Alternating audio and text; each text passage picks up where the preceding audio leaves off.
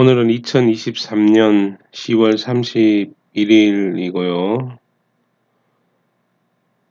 자다가 새벽에 일어나서 오전 4시 2분 정도를 지나고 있습니다. 지금 현재 보이는 그래프가 리얼티 인컴 그래프인데, 자고 일어나 보니까 이렇게 일봉으로 볼까요? 48달러, 50달러에서 놀다가 뚝 떨어졌네요.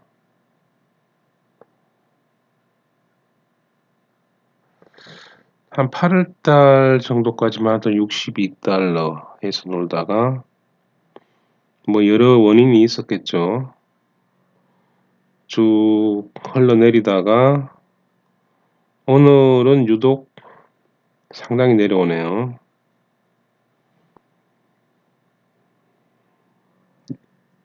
연봉으로 보시면은 나름 뭐 61달러 위에서 놀다가 2023년부터 떨어지기 시작하더니 지금 46달러, 45달러가 되어 있습니다.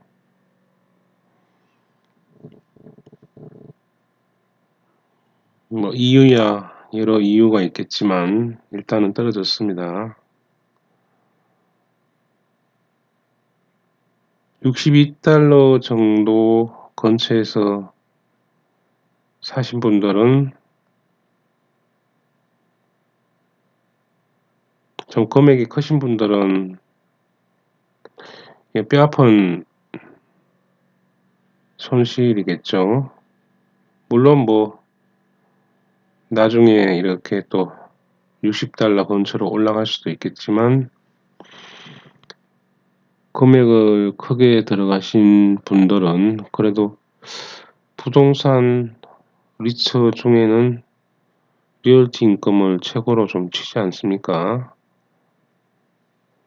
그런데 이렇게 하여튼 떨어졌습니다.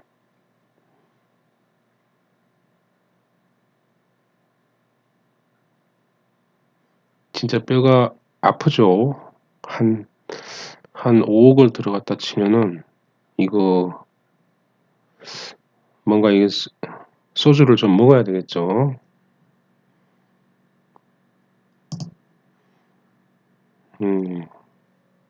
뭐 하루에 이렇게 이게 6%, 7%, 8% 갔다가 지금 얼마입니까?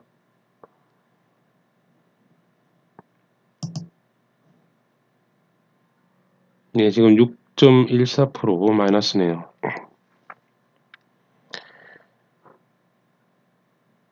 제가 리얼티 인컴을 한 2020년도인가요? 한 주를 딱 매수를 하고 있다가 그냥 그래프로 봤을 때 좀 많이 떨어지는 것 같아서 매수를 조금씩 해 나가고 있었더니만 공교롭게도 아니 무릎까지는 오지 않았나 해서 조금씩 매수를 했더니만 공교롭게도 그때부터 떨어지기 시작하더니 뭐 줄줄줄 흘러내렸습니다. 오늘 같은 경우는 무슨 합병 소식인가요? 이렇게 해서 아마 한 6% 정도 떨어지고 있는데, 오늘은 뭐 한 주도 매수를 안 하고 있습니다. 참 리얼티 인컴 어떻게 보면 굉장히 매력적인 지금 가격에 와 있는데 매수를 안 하고 있습니다. 저번 영상에도 말씀을 드렸듯이 뭐 애플이든 그 무엇이든 개별 주식은 이런 엄청난 위험성이 항상 있는 것 같습니다. 이게 리얼티 인컴이 이렇게 어쩌면은 하루에 리얼티 인컴이 마이너스 6% 떨어진다는 거는 리얼티 인컴으로 봐서는 개폭락이죠. 개별 주식은 이런 위험성을 항상 가지고 있습니다. 내가 주식을 2020년부터 다시 시작하면서 이 회사가 먼저 없어질 건가? 내가 늙어서 먼저 죽을 건가? 회사가 계속 나보다 더 오래 회사가 남아있다면은 그 주식을 살만하다 라고 생각을 좀 했었는데요. 이젠 좀 생각이 바뀌었습니다. 물론 예를 들어서 리얼티 인컴이 아니면 뭐 삼성전자가 내가 늙어 죽을 때까지 회사가 남아 있을 수도 있겠죠. 그렇지만은 오늘 잘 돼서 50만 원 가던 게 뭐 500만 원 갈 수도 있겠죠. 그 뭐 열심히 분석하고 미래 가치를 분석하고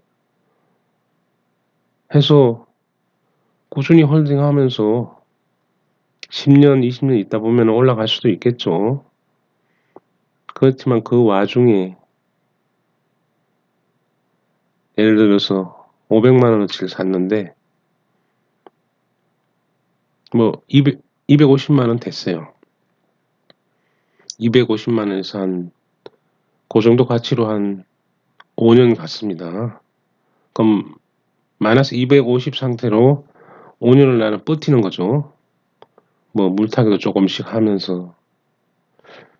제가 보기에는 개별 주식을 그렇게 매수를 해서 버틴다는 거는 내 자신에게는 굉장히 뼈아픈 일이다. 제가 이제 예를 500만 원을 들어서 그러지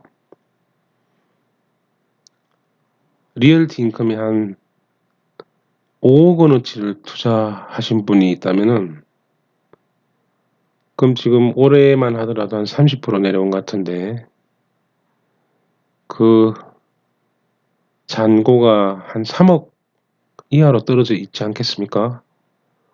5억 원을 투자했는데 그럼 언제 이게 본전으로 회복할까요? 개인들로 봐서는 굉장히 뼈가 아픈 일입니다.